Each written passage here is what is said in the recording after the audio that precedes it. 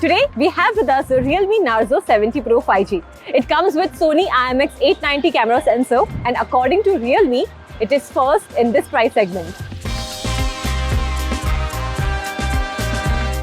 So you get a 50 megapixel Sony IMX 890 camera sensor and an 8 megapixel wide angle camera, 2 megapixel micro camera, and for the selfies you get a 16 megapixel selfie camera.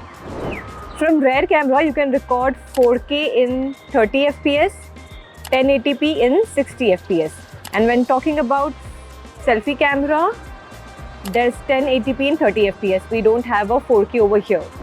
Let's check all the modes. We have your night mode, street, video, photo, portrait, and in more we have all these modes.